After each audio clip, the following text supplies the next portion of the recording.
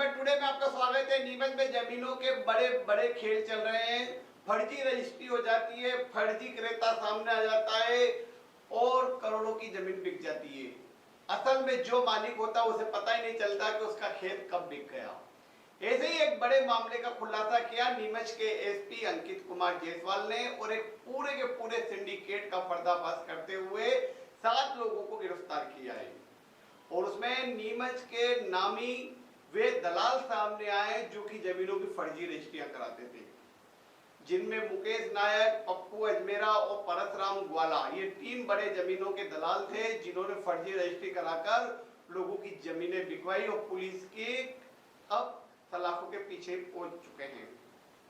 इस पूरे मामले में आज नीमच के एसपी अंकित कुमार जायसवाल ने खुलासा किया और एक पूरे सिंडिकेट के बारे में बताया। दरअसल यह कहानी शुरू होती है ग्राम बरुखेड़ा से। बरुखेड़ा के मदनलाल पिता रामलाल नायक का एक खेत है 4 लेन पर जो 3 हिस्सों में है। उसका खेत कब बिक गया उसे पता ही नहीं चला। मदनलाल नायक का जब खेत बिका तो उसके पड़ोसियों ने बताया कि आपको अगर खेत बेचना ही था तो हमें बताते, हम उसका अच्छा सौदा कराते। खेत बिकने की बात सुनकर मदनलाल नायक हैरत में पड़ गए क्योंकि उन्होंने खेत बेचा नहीं था। जब उन्होंने रजिस्ट्रार कार्यालय में जाकर रजिस्ट्री का पता लगाया तो पता चला कि उनका खेत बिक चुका है और मदनलाल की जगह गांव के ही एक शांतिलाल भील को खड़ा कर दिया गया। मदनलाल के फोटो की जगह शांतिलाल भील का फोटो लगा दिया गया और मदनलाल के हस्ताक्षर की जगह शांतिलाल का अंगूठे का निशान लगाया। जब इस मामले में मदनलाल ने शांतिलाल से पूछताछ की तो उसने कहा कि मुझे जमीनों के जो दलाल हैं मुकेश नायक ने 10,000 रुपए दिए और यह सब करने को कहा गया। इस पूरे मामले में जब धोखाधड़ी की बात सामने आई तो मदनलाल ने नीमच सिटी थाने पर शिकायत दर्ज कराई और नीमच सिटी पुलिस ने इस पूरे मामले की तहकीकात की तो एक पूरा सिंडिकेट सामने आया जो कि फर्जी आधार कार्ड बनाने से लेकर फर्जी रजिस्ट्री कराने का काम करता है। और इस सिंडिकेट का संचालन करता है मुकेश नायक, पप्पू अजमेरा और साथ ही परसराम ग्वाला। इनके साथ ही पुलिस ने 7 लोगों को गिरफ्तार किया है जो कि जमीनों की धोखाधड़ी कर बेचने का काम करते थे। इन लोगों का निशाना अक्सर वे गरीब लोग हुआ करते थे जिनकी जमीनें होती थी और उनकी जमीनों के बाले बाले बेच दिया करते थे। और वो लोगों को उस समय बाद में पता चलता है जब कागजों में उनके नाम हट जाते और दूसरों के नाम रजिस्ट्री हो जाती और नामांतरण तक हो जाता। लेकिन नीमच पुलिस की के इस पूरे मामले में सराहनीय योगदान कहें कि उन्होंने पूरे जो फर्जीवाड़े का खुलासा किया और 7 लोगों को गिरफ्तार किया गया है और कई 3 और मामले पता चले हैं जो इस सिंडिकेट में शामिल हैं।